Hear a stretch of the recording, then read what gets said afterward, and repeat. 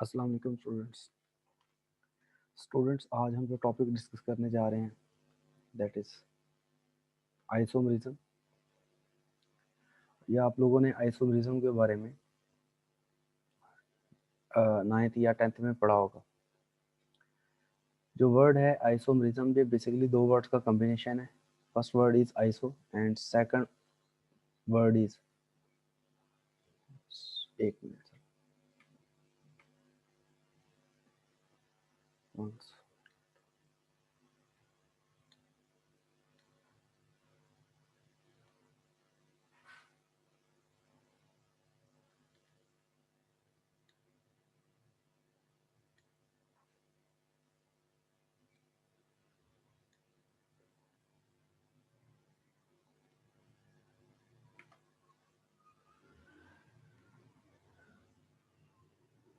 क्या आप लोगों को साउंड और स्क्रीन सही नज़र आ रही है? Ghulam boss, is it all clear? Hello, yes sir सही आ रही है। चलो ठीक है, थैंक यू। स्टूडेंट्स आज हम जो टॉपिक डिस्कस करने जा रहे हैं दैट इज आइसोमॉर्फिज्म। तो आइसोमॉर्फिज्म है, ये दो वर्ड्स का कॉम्बिनेशन है। Iso mean same, morphism mean shape. आपने बायोलॉजी की एक ब्रांच भी पढ़ी होगी, morphology. Morphism, morphology, it means shape. अगर दो डिफरेंट सब्सटेंसेस जो हैं उनकी सेम शेप हो, सेम क्रिस्टलाइन फॉर्म हो, तो इस फिनोमिना को हम आइसोमॉर्फिज्म कहते हैं। और वो जो दो सब्सटेंसेस होते हैं उन्हें हम कहते हैं these are isomorphs of each other. यहाँ पर आपको एक टेबल बना हुआ नजर आएगा नीचे। अगर आप उस टेबल पे गौर करें तो आपको यहाँ लिखा हुआ मिल रहा है फर्स्ट में कि सोडियम नाइट्रेट और पोटाशियम नाइट्रेट जो है ये दो डिफरेंट सब्सटेंसेस हैं। सोडियम नाइट्रेट एक अलग सब्सटेंस है और पोटाशियम नाइट्रेट एक अलग अलग से सब्सटेंस है, लेकिन इन दोनों की क्रिस्टलाइन फॉर्म जो है वो रोम्बोहेड्रल है। इसी तरह पोटाशियम सल्फेट और पोटाशियम क्रोमेट ये दो अलग अलग सब्सटेंसेस हैं, लेकिन इन दोनों की क्रिस्टलाइन शेप जो है वो ऑर्थोरोम्बिक है। इसी तरह जिंक सल्फेट और निकल सल्फेट दो अलग अलग सब्सटेंसेस हैं और इनकी शेप भी ऑर्थोरोम्बिक ही है।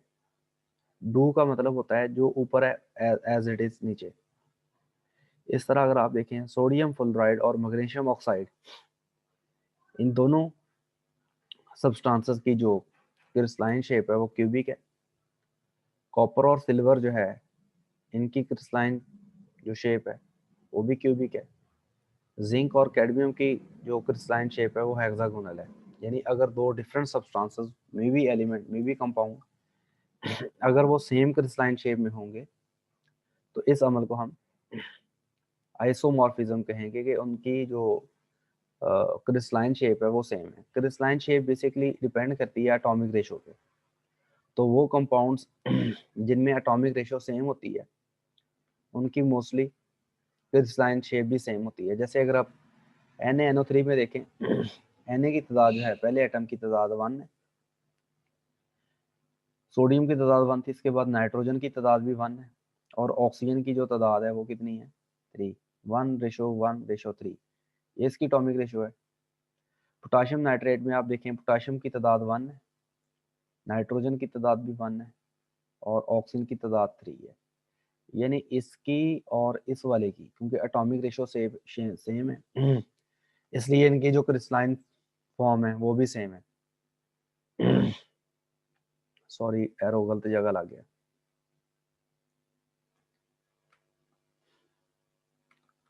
इनकी जो क्रिस्टलाइन शेप है वो दोनों की रोम्बोहेड्रल है। इस तरह पोटाशियम सल्फेट में देखें पोटाशियम की तादाद जो है वो 2 है, सल्फर की तादाद 1 है और ऑक्सीजन की तादाद जो है 4 है। तो आप पोटाशियम क्रोमेट में देखें पोटाशियम की तादाद 2, क्रोमियम की तादाद 1 और ऑक्सीजन की तादाद 4 है। यानी इन दोनों में भी एटॉमिक रेशो जो है वो सेम है, इसलिए इन दोनों की क्रिस्टलाइन शेप जो है वो सेम है। जिंक सल्फेट में देखें जिंक की तादाद 1 है, सल्फर की तादाद 1 है, ऑक्सीजन की तादाद 4 है। यहाँ पर निकल की तादाद 1 है, सल्फर की तादाद 1 है, ऑक्सीजन की तादाद 4 है। तो यहाँ पर भी एटॉमिक रेशो जो है दोनों में सेम है, इसलिए इनकी जो क्रिस्टलाइन शेप है वो भी एज इट इज दोनों की सेम है। तो हमने कंक्लूड क्या किया यहाँ से? हमने कंक्लूड किया कि अगर मुख्तलिफ कंपाउंड्स, मुख्तलिफ एलिमेंट्स एक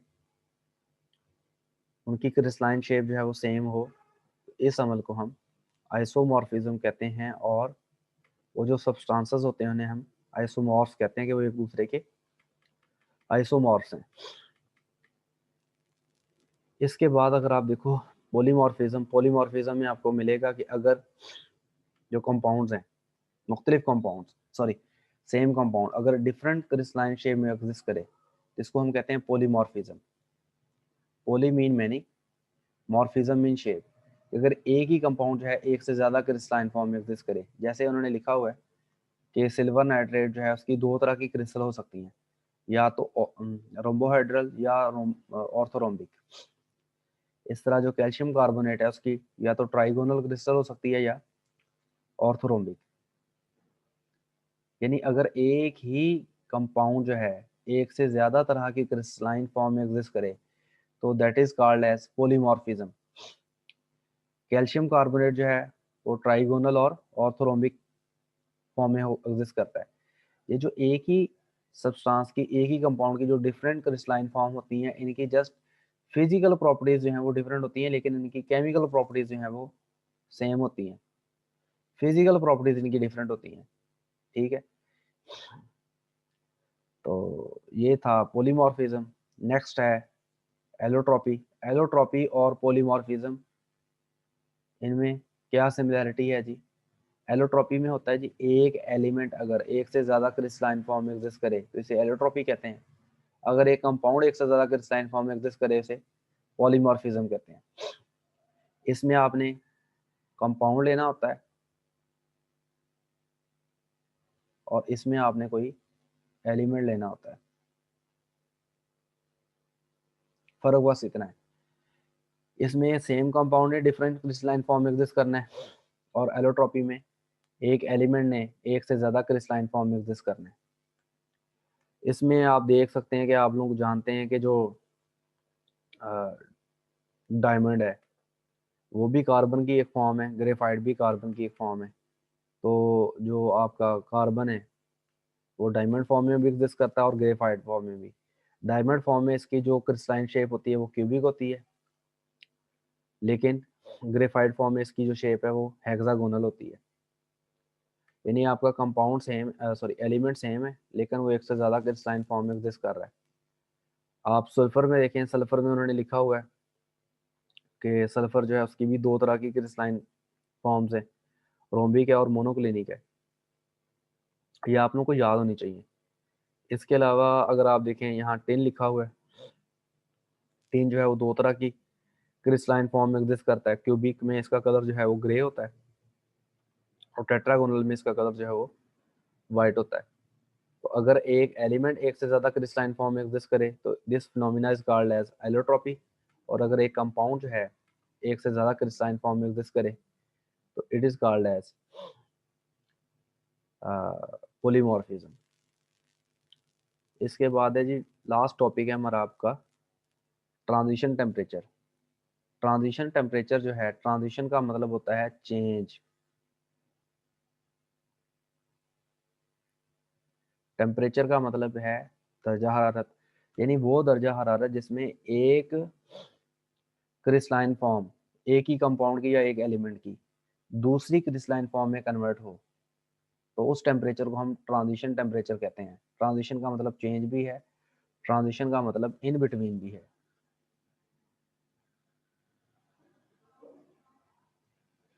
फॉर एग्जांपल आपने पढ़ा है ग्रे टीन जो है, टीन की एक ग्रे मतलब उसकी एक क्रिस्टलाइन फॉर्म ग्रे में एग्जिस्ट करती है जिसमें उसकी क्रिस्टलाइन फॉर्म जो है क्यूबिक है, और एक में टीन जो है वो टेट्रागोनल शेप में होती है, उसमें उसका कलर जो है वो वाइट होता है।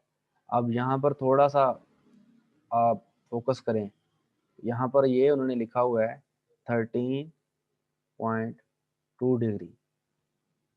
13.2 डिग्री वो टेम्परेचर है जिससे अबव टेम्परेचर पे ग्रे टिन जो है वो वाइट टिन में कन्वर्ट होगी, और 13.2 डिग्री से मतलब अगर हम टेम्परेचर बिलो ले लें तो वाइट टिन जो है वो ग्रे टिन में कन्वर्ट हो जाएगी। तो 13.2 डिग्री कौन सा टेम्परेचर है? ये वो टेम्परेचर है जिसमें ग्रे टिन वाइट टिन में और वाइट टिन जो है ग्रे टिन में इंटर कन्वर्ट हो रही होती है। जैसे आप कह सकते हैं कि ये आइस है ये हमारे पास जो है से लिक्विड वाटर है,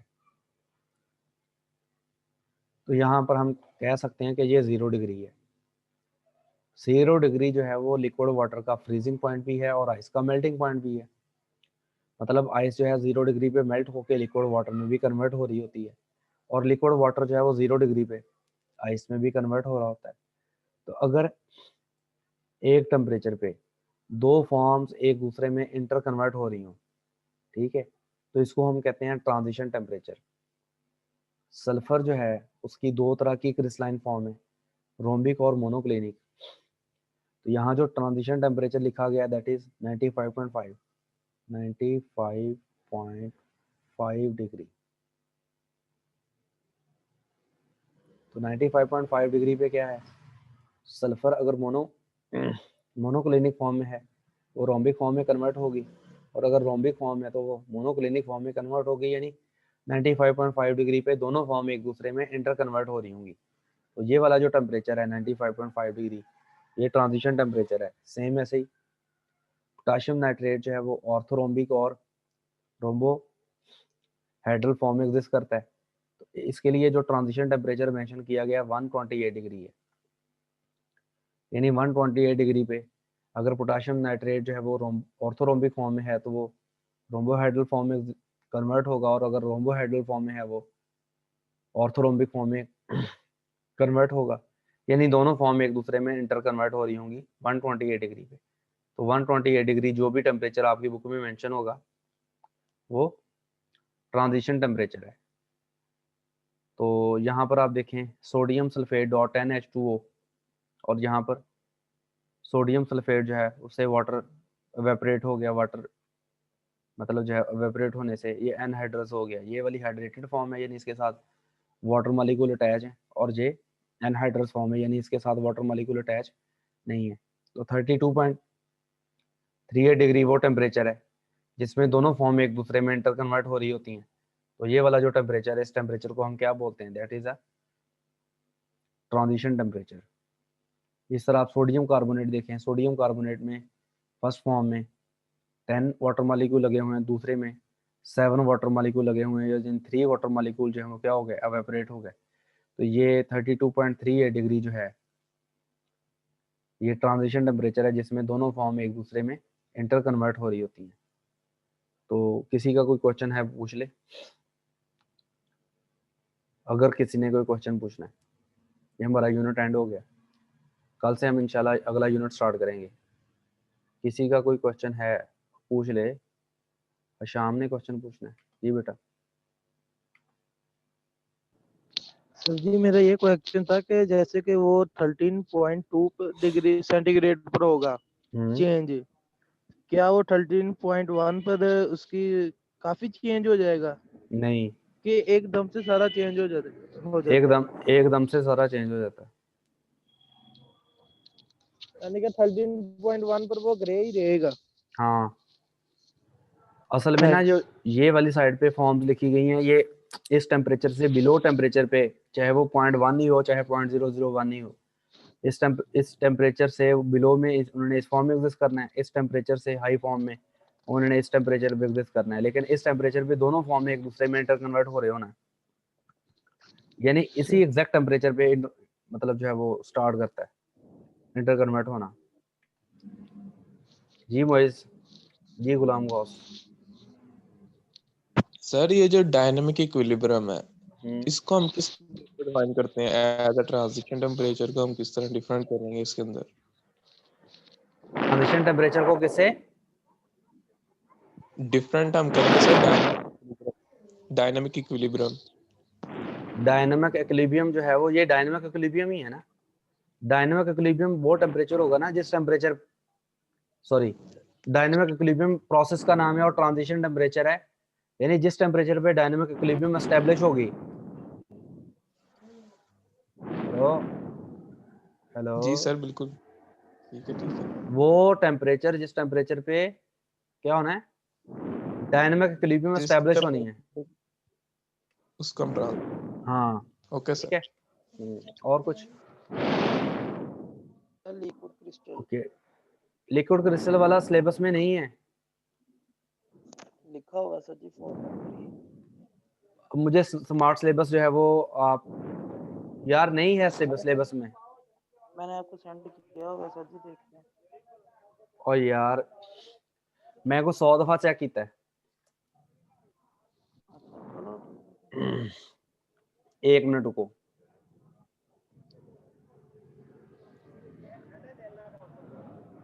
मैंने स्मार्ट सिलेबस अपने मोबाइल से खोला है।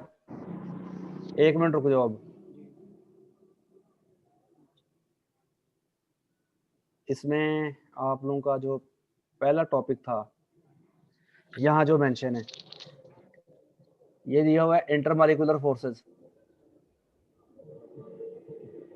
दूसरा टॉपिक दिया हुआ है क्रिस्टल लैटिस। तीसरा टॉपिक दिया हुआ है क्रिस्टल एंड देयर क्लासिफिकेशन। अगला टॉपिक कहाँ लिखा हुआ है? स्मार्ट सिलेबस आपके सामने है, निकालो। इसमें ऊपर लिखा हुआ है 4.1 4.23 इस तरह जो लिखा हुआ है सर जी, वो कह रहा हूँ 4.3 में आता है लिक्विड क्रिस्टल। और यार वो भी पढ़ लेते हैं, चलो जी वो पढ़ना स्टार्ट करते हैं। करें स्टार्ट के कल करना है फिर? कल कर लेते हैं सर जी वो। चलो ठीक है, वो भी पढ़ लेते हैं, कोई मसला नहीं है। ठीक है जी। पीछे पता नहीं कौन सी कुत्तों की आवाजें आ रही हैं। जी ओके, अस्सलाम वालेकुम। कल सही अब इंशाल्लाह। चलो ठीक। Okay, thank you.